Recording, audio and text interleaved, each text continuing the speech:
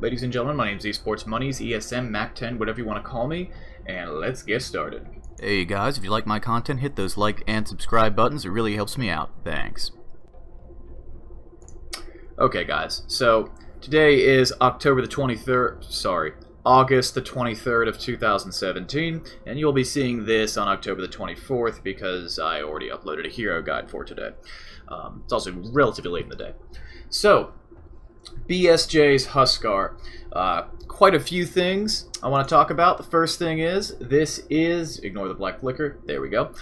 This is a high-level pub game. It's BSJ after all, who is very famous for being a high-level pub star. This is a game where it's a very good, shining example. I'm not opposed to using replays where people lose, but I generally will pick replays where people win, and this is a game where he wins.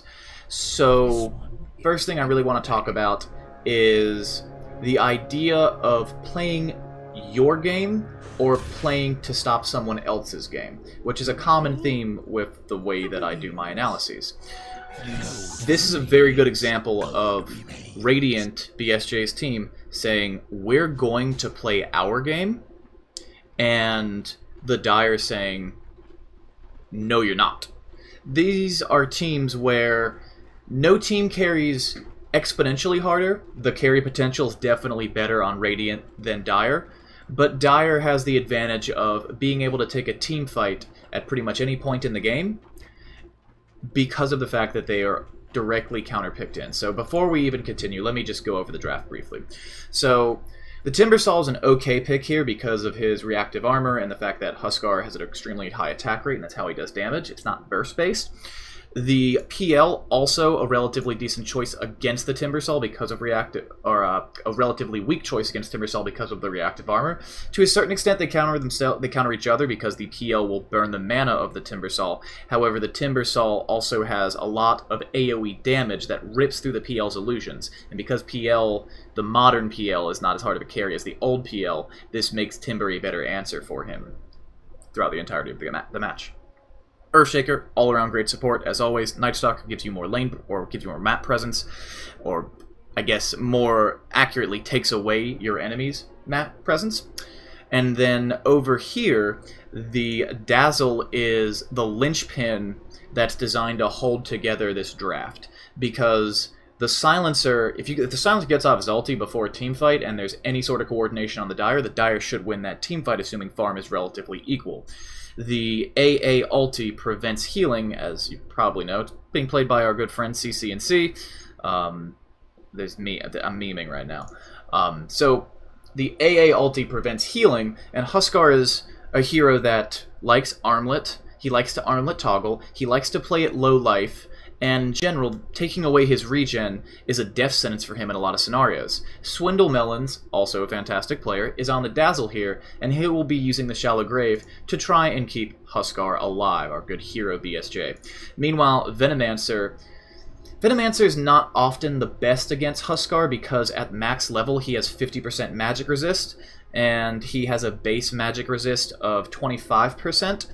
And if he gets a hood, that's even greater magic resist. Technically, that's over 100% when he's at 10% hit points, but he's not usually at 10% hit points. And in general, 100% magic risk doesn't mean that you block all magic damage. It just means you block almost all magic damage. So Huskar will, of course, spoiler alert, he will be getting a hood eventually. But because of the fact that the Ancient Apparition can take away Huskar's badass regen, there's pretty good synergy between these two abilities. So notice that Huskar, when you typically play a carry like Huskar at level 1, like let's say, and when I say Huskar, I'm saying like a strength right-clicking hero, you're thinking about a Stout Shield, you're thinking about a Quelling Blade, you're thinking about all these items. And Huskar can't use them because you get half the effect when you're a ranged hero using a Stout Shield or Poor Man's Shield. And Poor Man's Shield also not my biggest... I'm not the biggest fan of it on strength heroes. And your Quelling Blade only does 7 bonus damage instead of the usual 24, so it doesn't give you a lot of last-hitting power either. So these normal items that you use to make yourself beefy and secure during the early game, you can't really utilize on Huskar. Why am I talking about this? Because that's why he has a win lace. Movement speed allows you greater opportunities to get kills, greater opportunities to avoid being killed, especially once you have brown boots on top of it. He's really focused on movement speed here because he doesn't have a lot of other places to sink his money. Or lane effectiveness. Now, the Timbersaw will live here, but the Timbersaw is already being bullied pretty hard because of Huskar's Burning Spear. Now, if you're watching this video, you most likely know what orb walking is, but I'm going to go over it briefly. Basically, Burning Spear, your W, if you right-click on an enemy with this autocast, it aggroes creeps normally. But if you hit W and then click on the enemy, like he's doing here, he's orb walking. He's pressing W and then clicking the enemy hero every time, and because of that, it's a relic from Warcraft 3 Dota, it registers that orb attack as a spell rather than a right-click, so it doesn't aggro the creep wave. So you can just right-click the enemy with immunity for the duration of the laning phase. This works for pretty much all orb effects. Drow Ranger is another great example of this, why it's a good idea to get a value point in her Frost Arrows if you want to try bullying the lane. So at level 2, he will get Berserker's Blood, and he will prioritize these skills highly over his Inner Vitality, but his skill build is a bit diverse, and it's a little bit different than most, so we will spend some time talking about this. His talent build is also a little bit counter to my my instincts as well, but we will get into all of these as the time comes. So now we're going to go ahead and turn up to 1.5, and notice there's no Timbersaw in the lane. The Timbersaw's back there getting a bounty rune and then pushing the Dazzle away. He's just trying to grab farm where he can, because he can't do anything against the Huskar, because Huskar now has additional magic resistance, and he's got support from his Dazzle, and he can orb walk him to death.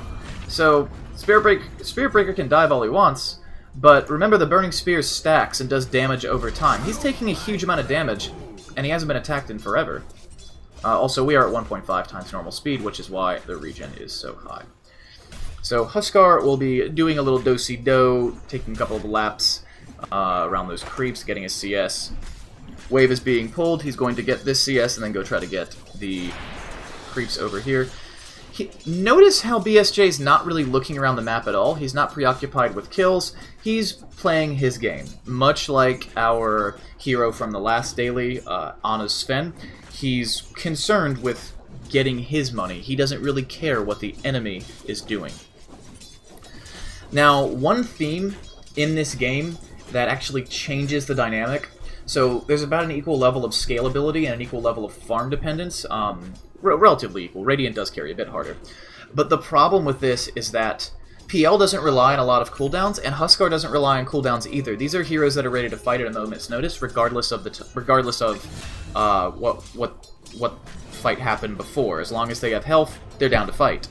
And the enemy team is not like this. Though Dire is heavily reliant on big cooldowns from these three heroes that basically dictate the way their game is played. They need the Silencer ult, they need the AA ult 100%, and they would prefer to have the Venomancer ult on top of that.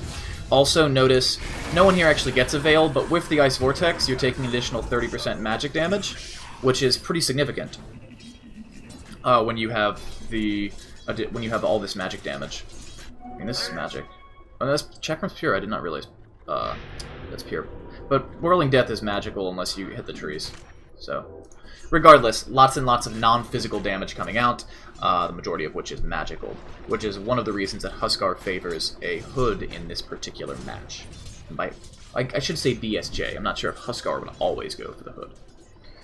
So BSJ is just trying to be a little bit safe. You can't really see much on the map. Notice the minimap as I'm... Notice the minimap. So, as I'm saying this, they just saw a hint of pink there, so you know where the Timber is, you know he's low, and you know there's a hero here and a hero here. So worst case scenario, you might have two heroes coming to gank you, but Huskar's pretty beefy. He doesn't have his Inner Vitality yet, but he should feel pretty safe. He also knows he's level 5, and he's almost certainly going to be out-leveling the AA, which he's not, but the AA's not out-leveling him. So there's no ulti. He also knows that based on the fact that there's a AA's mid and exposed, we know his level.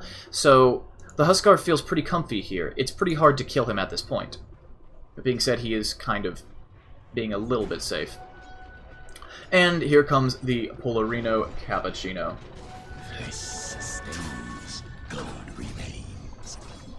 going to go ahead and turn this up to 1.5. And notice BSG is just very comfortable down here getting his CS. Notice that he got the Blades of Attack plus 9 damage, rather than any other item first for his armlet. And the reason he's doing this is because it gives him additional last-hitting power and allows him to kill creeps faster.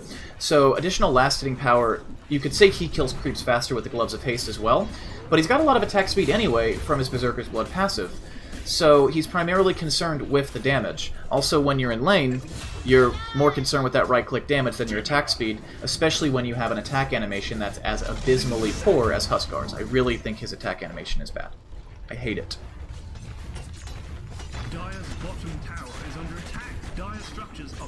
Doing a little bit of scouting up here to make sure no one's coming. And because he's at lower health, he knows that he's doing more damage to the tower than normal. So I'm going to turn this on 1x and go to free camera. So the AA's right here. CC&C wants this kill, so he will go ahead and drop the ulti. So Huskar knows a few things right now.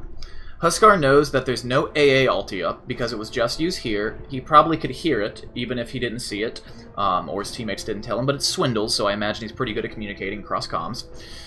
Over here, you can clearly see that the Spirit Breaker's charging because of this awesome ward. Again, I'm not expecting you as the Huskar player to buy the wards, I'm just saying based on the information he has. And he can see the Timbersaw walking down here. Now, I don't know if he realizes how low level and how underfarmed the Timber is, but he sees there's 3 heroes here, including a charging Spirit Breaker, so even without this ultimate, and even with the Spirit Breaker at level 3, Huskar's not very excited about this. So, back to player perspective, he's gonna dip, despite how low the tower is.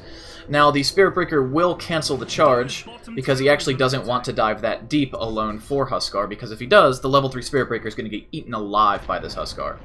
And they mess up the deny, so he gets a good chunk of gold anyway. So he does go ahead and get the Helm of the Iron Will. This is typically the first item I like to get when building the armlet, because I like the regen and the armor, just a great defensive item. But again, he was so safe at the time that he figured I'd just get the Blades of Attack now. Doing a little bit of stacking here. I'm not sure why he prioritized the small camp here. I suspect it was because you don't typically use that to pull anymore. Use this camp. And he sees the AA coming around. So he figures I should probably dip out, even though he does have 3 points in Berserker's Blood. And this is what I was talking about with his build being a bit unique. He goes 3 points Burning Spear, and then 3 points Berserker's Blood, rather than max out either of them. I'm not entirely sure why this is, but I can speculate that it's because the Berserker's Blood, 40 max attack speed isn't that much. The 10 magic resist is nice. But there's a much bigger jump. So attack speed works as sort of a diminishing return. So jumping from 220 to 260 is bigger than jumping from 300 to 340. So it makes sense to put a 3rd point. Why he doesn't get another point in Burning Spear, because it scales pretty linearly, and pretty awesomely, I might add, is a little bit beyond me, but whatever. His next skill point he will put into his Q, his Inner Vitality, his heal. One thing to point out about this is the bonus health regen when hurt, the 20%, is pretty nice. And it's kind of a value point skill. It's not a great value point, but it's an okay value point. Especially because Huskar's abilities are all based on him spending health, except for this one. So his mana pool is wholly devoted to it. And he has no items with actives yet, so his entire mana pool can be safely devoted to Inner Vitality. So, a value point. Turn this back up to 1.5, we don't need to watch him in base. Again, talked about this in the previous daily, but he got the courier to deliver items to him while he walked up to a shrine and healed there, rather than going back to the fountain in order to conserve time. Dire's middle tower is under attack. So I will turn this up a bit. He immediately ults the Timber, and the Timber starts TPing out before he even jumps. The Timber goes, I gotta get out of here, I'm gonna take too much damage. So we're at almost to 10 minutes. I'll give us another stop at 10 minutes. So right now the PL is he's got this in his stash, but assuming he had it on him, the PL is not nearly as scary as Huskar right now, despite the fact that he's ahead in farm. Keep in mind this idea of you can really feel, when you take a look at it very closely, you can really start to see how scary it is when you itemize for that early and mid game compared to itemizing for the late game. You're definitely building power by getting your pieces of a diffusal blade, but it's not nearly as scary as getting that armlet, which he's very close to. Armlet is also one of the highest power spike items in the game for all heroes, though. For heroes that buy armlet, it's incredible. So, he has enough money. He's going to buy that. He's going to grab a TP. Probably wait for a moment and buy a second TP. Maybe. I don't know. Don't remember. AA ulti comes up and will swing and a miss. And the Dazzle heals himself and is able to back off. Notice how the Huskar immediately ults here. He doesn't even think twice about it because the movement slow is 40% for 4 seconds at level 1. So even though the Spirit Breaker was at, like, I want to say, was he like 40% there? He was relatively low. He's still going to use the ultimate because the slow is great. Yeah, so even though he actually did more damage to himself than he did to the Spirit Breaker here, I'm pretty sure. Like, it's almost the same. But in doing so, he's applying a 4-second slow where Spirit Breaker can't leave, and therefore you're not just potentially taking hits from the tower, but more importantly, you're fighting under the tower so you're safe, and you basically have a guaranteed way to kill a hero without risking your own ass. And Earthshaker will set up a nice kill. He throws the spear to see if he can kill him with the burn damage, but he does not. Middly widdly got all diddly. So, moving on. I believe Huskar starts starts building into a Hurricane Pike next. He is going to TP mid because he sees a fight going on. And if I'm Huskar in this situation, you need to be a little bit scared, you need to be a little bit cautious, because you see all of those heroes and you know what they can do to you. But he just heard the AA ulti go off. And the AA ulti is really the answer to Huskar in this game. So he knows that's on cooldown, it's time to go tear shit up. And tear shit up, he does. Also notice, he is not toggling the armlet, but he can toggle the armlet, despite having that poison effect on him, because it was the Venomancer ulti, which does not do terminal damage. Or fatal damage, I guess is the technical term. Now, one of the reasons that Armlet is so powerful on Huskar is you can actually play Huskar a bit like a rat if you have Armlet. You tank tower hits, get yourself super low, and then between tower hits, turn off the Armlet and turn it back on. You'll heal up from the bonus strength, and all is hunky-dory in your neighborhood. Now he goes ahead and buys a Ring of Health and a Cloak. Has he bought the Cloak yet? Yeah. Okay, so he goes for the Ring of Regen and the Cloak rather than the Ring of Health and the Ring of Regen, because the 50% magic resist is a big deal. Their entire team is centered around magic damage, except for to some extent, the Timbersaw and the Spirit Breaker. Actually, Greater Bash is magical, so yeah, they're entirely magical. So, great value here. Okay, so I'm going to slow this down. Look around the map. So, he can see there's someone here. He just saw this guy charge through here. I'm pretty sure he saw that. And he's Roshing. He knows that he's probably safe. Now, this is a really sketchy part, because he sees the silence go off. And I think he realizes within a second or two that this is designed to secure the kill on PL, because that's the hero, that's someone that Dire's very afraid of, perhaps more so than the Huskar. And while this is going on, when this global silence is dropped, it reveals the position of everyone on the map. So Huskar knows that they know that he's Roshing. But Dazzle has the Medallion of Courage, taking off a good chunk of Roshan's armor, and he's going to say, I'm doing it anyway. How about I do it anyway? And on top of this, because of how many heroes they committed right now, if they don't show every hero down there, I think BSJ actually leaves the Rosh pit. But because they showed 4 heroes, he's not worried about, like, there's 5 heroes. So he knows where everyone is on the map. He knows he's completely safe, and he knows there's no tier 1 here. The only way they can possibly reach him is if they all TP to the shrine. And by the time there's enough TPs to scare this duo, which is, like, maybe the most stacked pair of heroes on the team because of the way the Dazzle Shallow Grave interacts with Huskar, he'll have Rosh dead before they get here. And Aegis is extremely useful on Huskar because, again, he's not a cooldown-dependent hero. He's a hero that's always ready to fight.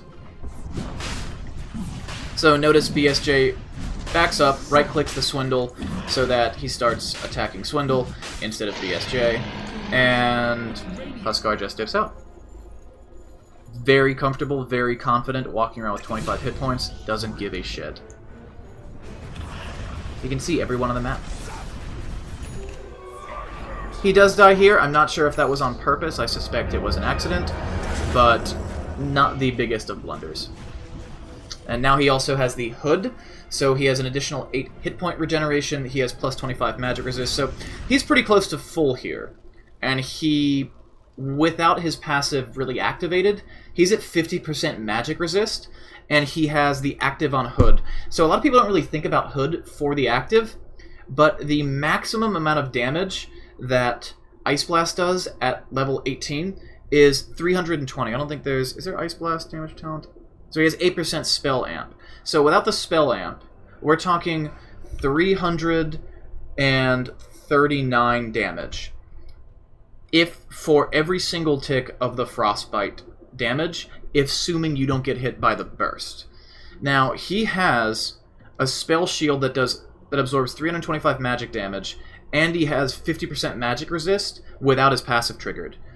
This means that the damage over time from the Ice Blast, even considering that you can't heal during it, if his active is on, he's totally fine. So go back over here. Little skirmish going down. The ultimate is dropped by the AA, but it's ticking for 30 poison damage. The Venomancer, but it's ticking for 30 poison damage. He's only got level 1 Poison Nova. It doesn't do anything to this Huskar. 30 damage? That's 15 damage per second when you factor in the magic resist. Actually, less than that. Huskar doesn't give a single fuck about it. So much so that he's still right-clicking with Burning Spears on. Notice that at level 10 he goes for the 175 health, which I thought was a strange decision, but when you think about the fact that he has the Hood regen, it makes a lot of sense. He naturally, with Armlet disabled and Hood, he's got 18.6 regen, so he's not just making his gas tank bigger, he has the ability to fill that gas tank up really, really quickly, so why not make that gas tank bigger? BSJ will get dunked on here. There's nothing he can do. He gets hit by the AA ulti. You can see how dangerous the AA ulti is for this hero when Swindles can't get into position. And Swindles has a Shallow Grave that's level 1 here, so the cast range is this big. It's relatively small. If he has one more point in Shallow Grave, I'm pretty sure Huskar lives there. So a very dangerous combination.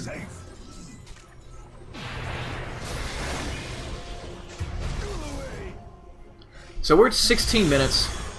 PL does have his Diffusal now and is working on Manta, but there's a little bit of time where PL doesn't have the Diffusal yet and Huskar does have the Armlet, and PL's still noticeably ahead in net worth of the Huskar, and Huskar's way scarier. In fact, I would argue that for a lot of heroes in this game, the Huskar is still scarier with them at equivalent farm right now, and the PL building into all of his awesome shit. I would say especially. I would say maybe. Actually, I don't have anything else to add. Let's just keep going. We've got some notes here. So the Ancient Apparition is actually going to build a Maelstrom. Eventually. Why? I have no fucking clue. Actually, that's a lie. He's probably building it because the Ice Vortex gives an additional plus 30% magic damage, which brings up the burst damage on the Maelstrom to 156 damage before reductions. So, pretty good. But again, the Huskar, I think you have to start thinking in terms of physical damage. I think you should be prioritizing farm on someone like Spirit Breaker. I mean, there's nothing really... Well, Spirit Breaker's bash is magic. There's nothing that can really be done against this Huskar. And you see him just tear through Venomancer like tissue paper.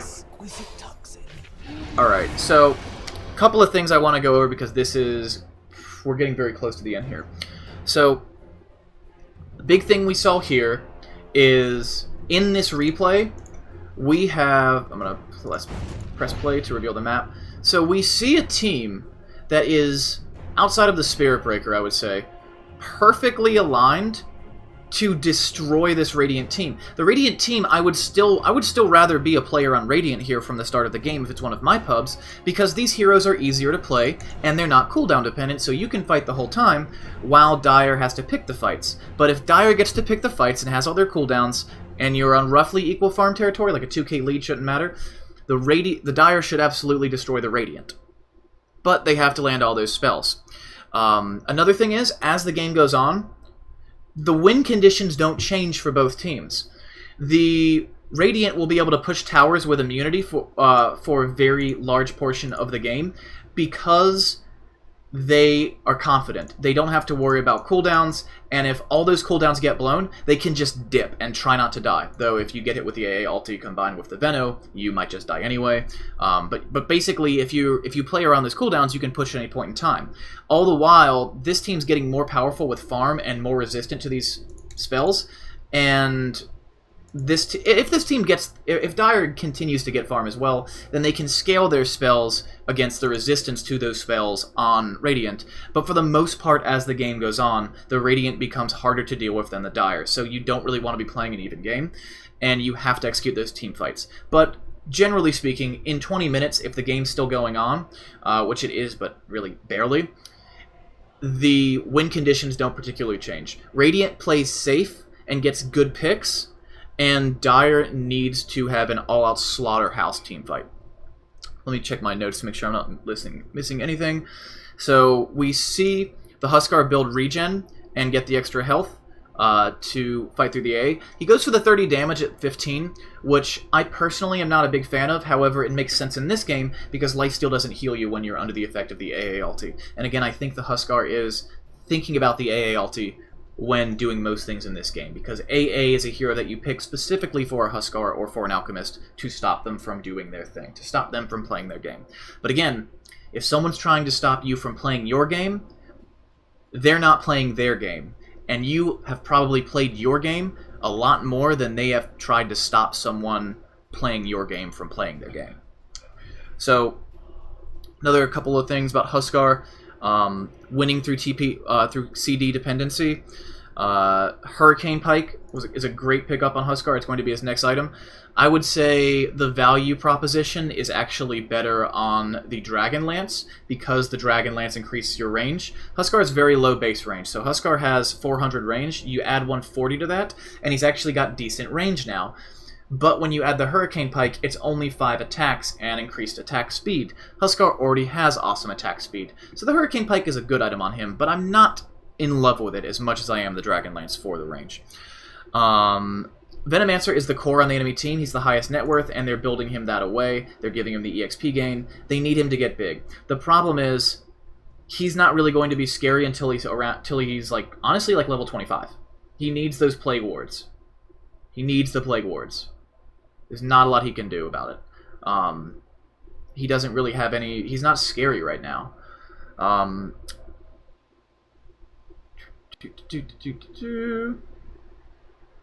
So again, I've talked about Dire needing to win a team fight. The last thing I really want to focus on here is the team fight with all cooldowns at full health 5-on-5. I would say significantly, not super strongly, but significantly favors the Dire in these situations on equal footing.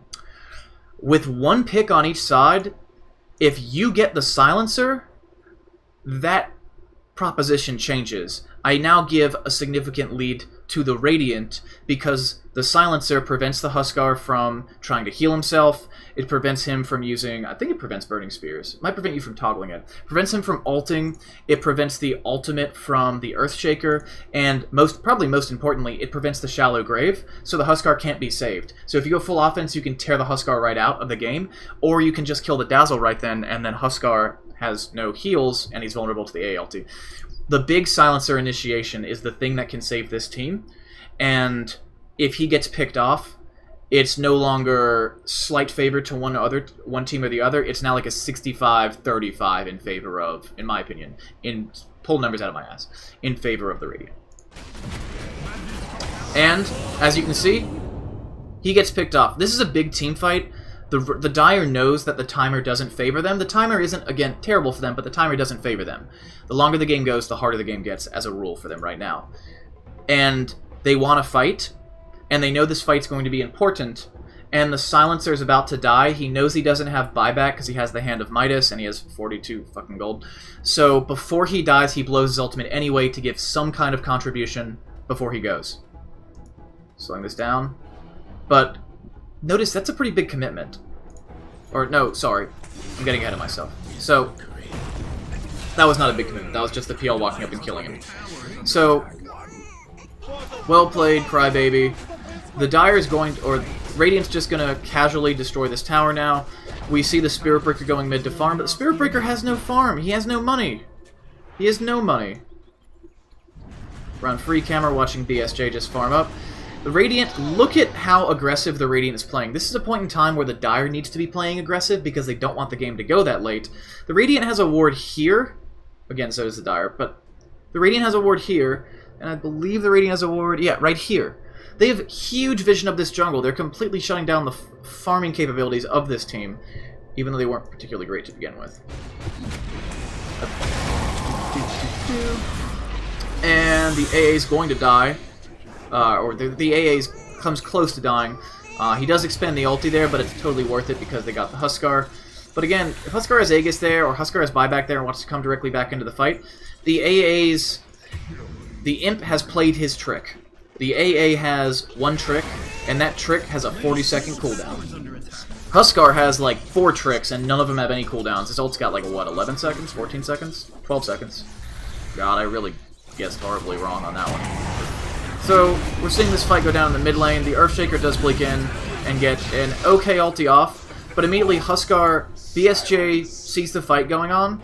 He sees a decent initiation from the Huskar, and as soon as he jumps in, he's able to cast Life Break and do some significant damage. Now he also has enough money for Hurricane Pike, making him that much more dangerous, because one of the advantages that one of the few advantages Dire has is that these 3 heroes, the magic damage powerhouses and Silencer, all outrange the Huskar. But now he's got 540 range, or he will once he gets this delivered to him. So that gap is closed even further. That's another advantage taken away from the Dire team. And we see Huskar doing a little jumperino, roaming around.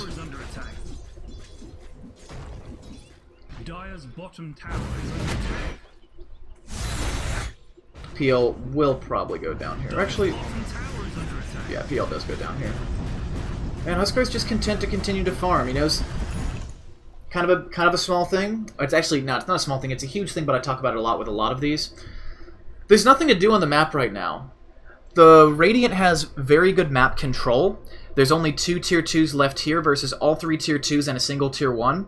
Radiant feels way more comfortable than Dire does, and even though PL is dead, they know Silencer is dead as well, so the gank is much harder than normal. Or, I'm talking, well, 10 seconds ago, the gank was a lot harder than normal. Also, BSJ just saw a huge commitment down here, so he knows there's nothing he can do fighting-wise. Split pushing is sketchy because if they're down here, relatively close to these areas, he hasn't seen them on this, which is why he's getting a little bit nervous here, because he hasn't seen them come back home yet.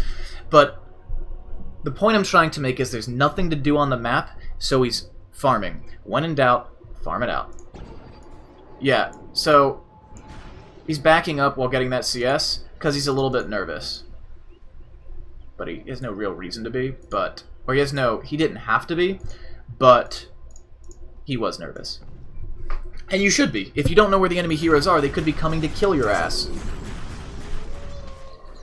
Another thing, little farming detail, notice with that high attack speed, he's hitting like 5 straight hits on a creep, and then moving to the next one, because now you're taking 20 damage per second times 5, so 100 damage per second for 8 seconds magic damage. So if he does those hits, he can then move to the next one, knowing that that creep is going to die anyway. Yep, see? Alternating between them, he knows that they're going to burn down. Maybe not entirely, but he knows that they're going to burn down pretty darn low. Actually, I think he miscalculated this one. Yeah, slight miscalculation, but nobody's perfect. Banana-Slamma-Shitstain-Jamma. We are up to 34 minutes. I need to get to the end of this fight. Or I need to get to the end of this game. There's a fight I'm waiting for that I want to show you guys, and that is the cutoff. I'm waiting for a specific fight.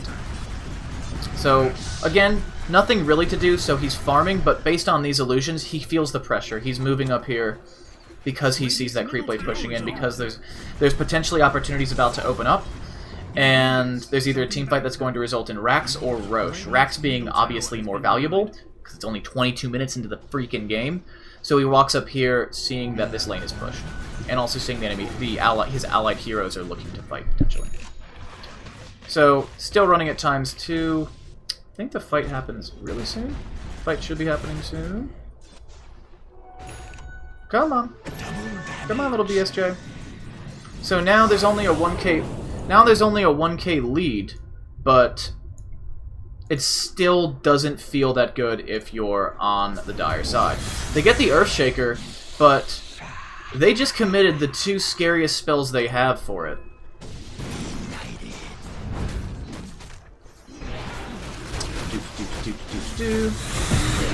And the charge. Not much you can do. The Blade Mail is a very good idea, because Blade Mail is basically, I'm getting my ass killed a lot, what can I do? And if you're a strength hero especially, it's a pretty good plan. The Huskar is going to easily tear through these heroes. We're going up to ×4 again. Back to player perspective. Onto the Huskar. And man, I wanted to end this at around 25 minutes. I'll get better at this. So, kill, kill, kill, kill, kill, right click, click, click, click, click, click, click, click. And now he has the Hurricane Pike. He's going to look at the Roche, but he decides against it because he can see his allies, he can see, but probably talking to him, they want to fight. They commit the Echo Slam and kill the Timbersaw. Again, they're building small advantages here. It's only a 1k gold lead, but you don't want to be behind against this team because of the fact that the PL and the Huskar carry so well. And you need to have a greater amount of farm. You need to get... The Venomancer needs Ags and Veil a lot more than the Huskar needs a way to deal with it. That's a good line. You should remember that. So, Machine Gun Huskar. Boop, boop, boop, boop, boop, boop, boop, boop. Alright, now... Here's the fight that I've been waiting for. So, rewind 10 seconds.